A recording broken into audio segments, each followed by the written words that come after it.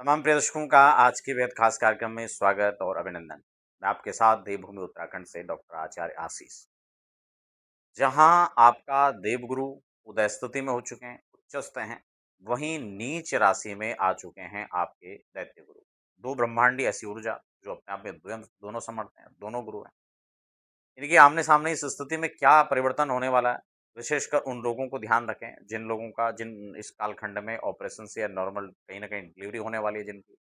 जो नए काम की शुरुआत करने वाले हैं, कुछ ना कुछ नया स्टार्टअप शुरू करने की सोच रहे थे, व्यापार, कारोबार, नौकरी, सभी के लिए विशेष है। विस्तार से चर्चा करें, नए दर्शक हैं तो चैनल को सब्सक्राइब कर लीजिए, बेल आइकन प्रेस कर लीजिए। साथ ही साथ अब हम इस पर विशेष चर्चा करने को तैयार हैं। यहाँ पर अगर देखें तो 10 अगस्त को देवगुरु उदय स्थिति में आ चुके हैं। अभी तक वो तारा अस्त था। तारा अस्त का मतलब कहीं न कहीं देवगुरु एक ऐसी ब्रह्मांडीय ऊर्जा जो आपके महत्वपूर्ण स्थानों पर, महत्वपूर्ण भावों पर, आपके जीवन में महत्वपूर्ण स्थान पर अपना विशेष स्थान स्थापित रखता है। उनका आधिपत्य कहीं न कहीं अस्त स्थिति में था। लेकिन अब वो उदय हो चुके हैं। लेकिन साथ ही साथ अगस्त की शुरुआत में देखें तो दैत्य गुरु आपका नीच हो चुके हैं, जो कि पूरे अगस्त भर रहने वाले हैं।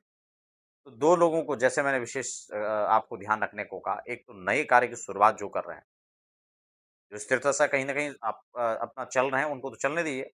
लेकिन नई शुरुआत जिनकी है, बड़ा नया काम जो करने की स्थिति में थे, उनको यहाँ पर खासकर ध्यान रखना होगा।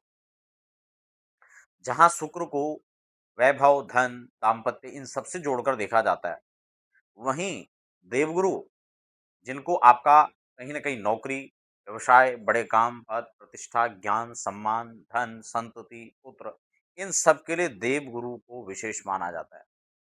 अब देवगुरु जब यहाँ पर परिवर्तन होंगे तो आप इस बात को परिवर्तन का मतलब अस्त से उदय की ओर जब आएँगे, तो ये जो परिवर्तन था, ये आपको कहीं न कहीं शुभता का आपको जो है परिचायक है।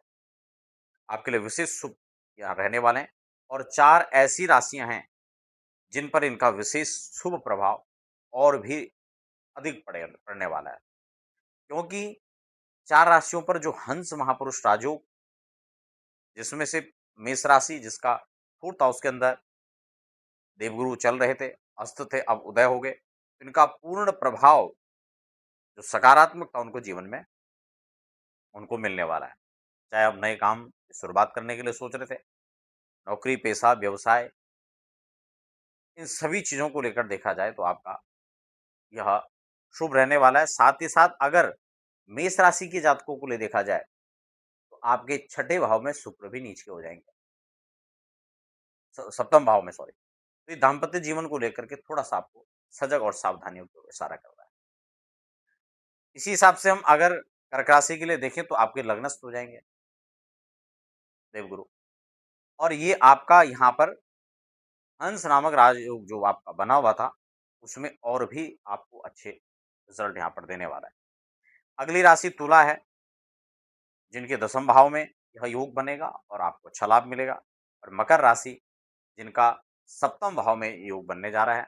अगर मकर राशि के जो जातक हैं, उनके जीवन में कहीं न कहीं थोड़ी कठिनाइयाँ दाम्पत्य जीवन को लेकर के थी या फिर करियर को लेकर के थी, वो यहाँ पर उनका कहीं न कहीं ये समाप्त होने वाला है।